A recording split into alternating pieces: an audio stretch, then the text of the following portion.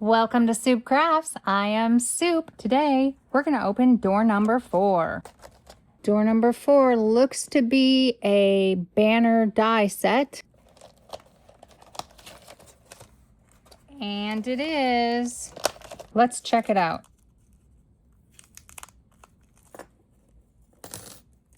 Looks like a 4-piece die set. And we have happy birthday, hello friend, and thanks so much. All right, well, I'm going to think on this for a little while, and when I come back, we'll make a project. I'm back with a project for our Door 4 Advent Calendar. I'm going to focus on the Hello Friend. Here's what we're going to make today. These cards each have a watercolor background, and every background is different. For today's project, I will also be using this die set called Sea Creatures Fancy Dies from Hero Arts.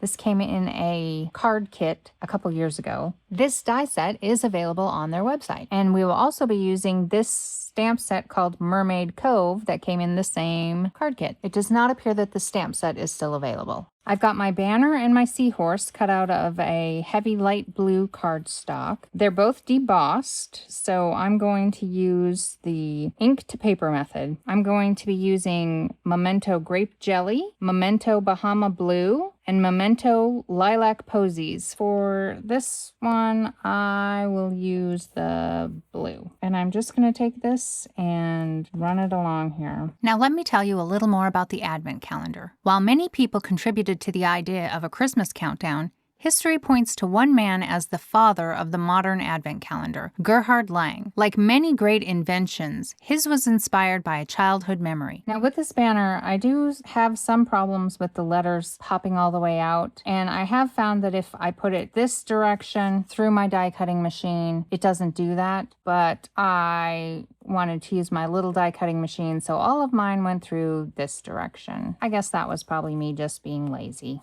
Okay, on my little seahorse, I like to go with the pink at the top of his head. Maybe we'll get a little on his fin. I gotta get that nose a little better.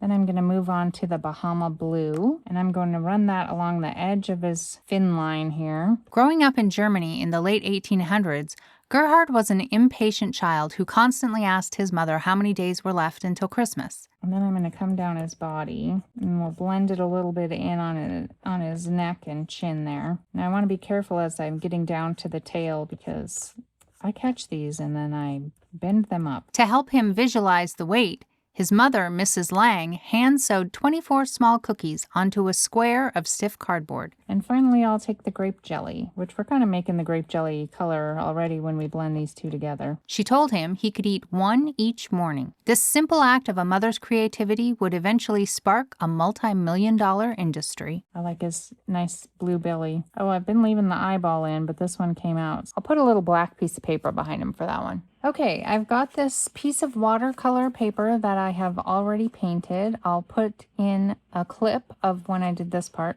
I taped off a large piece into several of the smaller pieces, thinking that I'd be able to just use these as they were for ATCs, but they did not get to be exactly even, and I didn't really like them that much. In 1908, Gerhard Lang had grown up to become a printer and a partner at the printing office of Reichhold and Lang in Munich. He never forgot his mother's cookie board, and he decided to recreate it for the masses using the technology of his day. His first commercial calendar, titled In the Land of the Christ Child, didn't actually have doors. It consisted of 2 sheets of paper. One sheet featured 24 colorful illustrations, and the other sheet contained 24 numbered squares with short poems. Children would cut out a picture each day and paste it onto the corresponding poem. It was an interactive craft project, much like the ones we create today. This one isn't too bad, but I don't know. They didn't all stay nice and crisp on the edges, and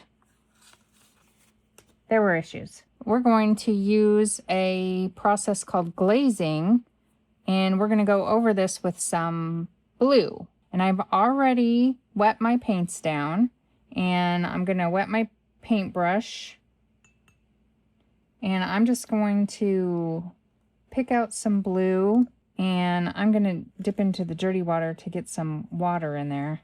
I should have probably done that first. I'm just going to puddle up some water in here, and I want this blue to be much darker, so I'm going to add in some purple And I'm going to add in a little bit of black. And I think that I'll add in a little bit of this teal green color too. Maybe it's not really teal, but will be when we're done with it. Okay, I feel like that's a pretty good, nice dark blue. I'm going to test it out just on my edge here. Yeah, I like it. Okay, now I'm going to add water in the space next to it. The iconic little cardboard doors we recognize today didn't appear until around 1920. Lang's company was constantly innovating, and they realized that the cutting and pasting method was a bit messy for some families. Oh, I got some in there I didn't want. It'll be fine. All right, so this is a nice light blue color. And I'm going to start there, and I'm going to put this along the top.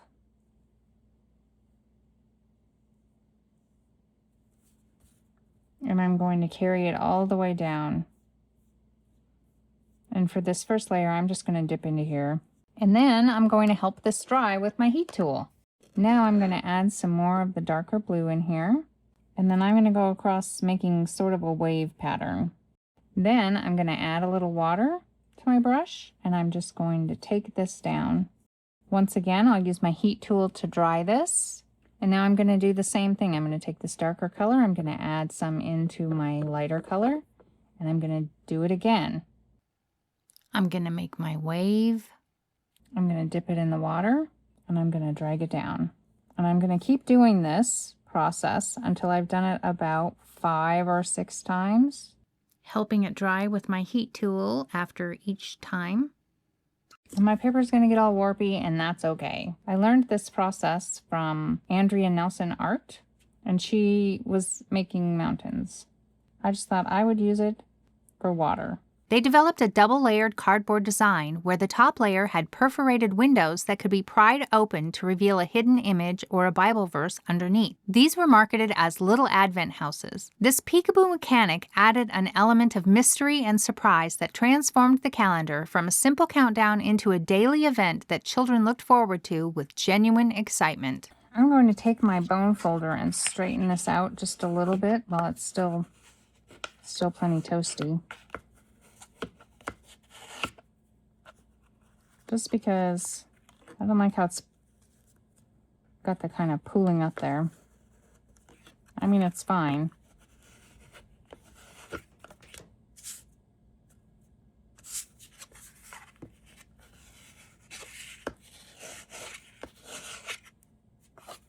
If you're enjoying this content, please let me know by tapping that thumbs up icon. And now I'm just going to start pulling it down without dipping into the water. By the 1930s, Lang was producing dozens of different designs, and his calendars were being exported across Europe. However, the story of the first Advent Calendar company has a bittersweet ending. Due to the high cost of his intricate designs and the onset of the Great Depression, Lang's firm eventually had to close its doors in 1940.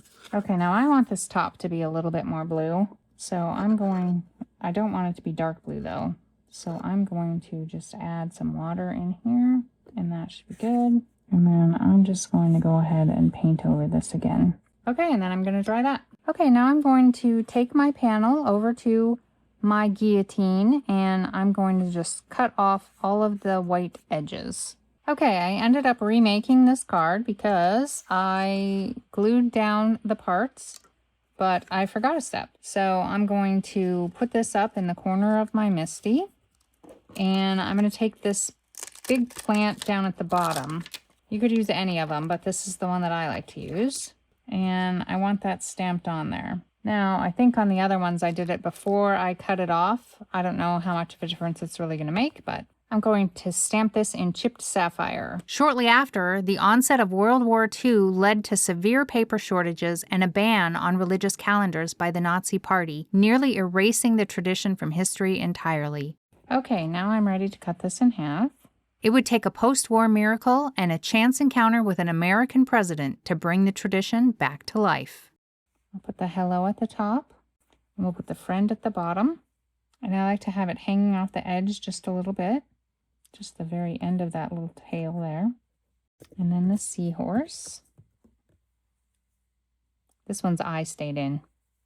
Okay, I've already got a card cut to 2.5 by 3.5, and I've already rounded the corners. And now I just have to center this on there. Which American president do you think it was? Put your guesses in the comments. And if you're interested in seeing more of my content, be sure to subscribe so you can always find me in your subscription list. Because this is kind of warped, it helps to put these magnets on here and hold it down for a little while. Okay. Here are all of the cards that I made, and here's the one and the other one that we made together today. I just like it better with the little background, but it looks fine without it too. Hello, friend. Thanks for watching. Bye.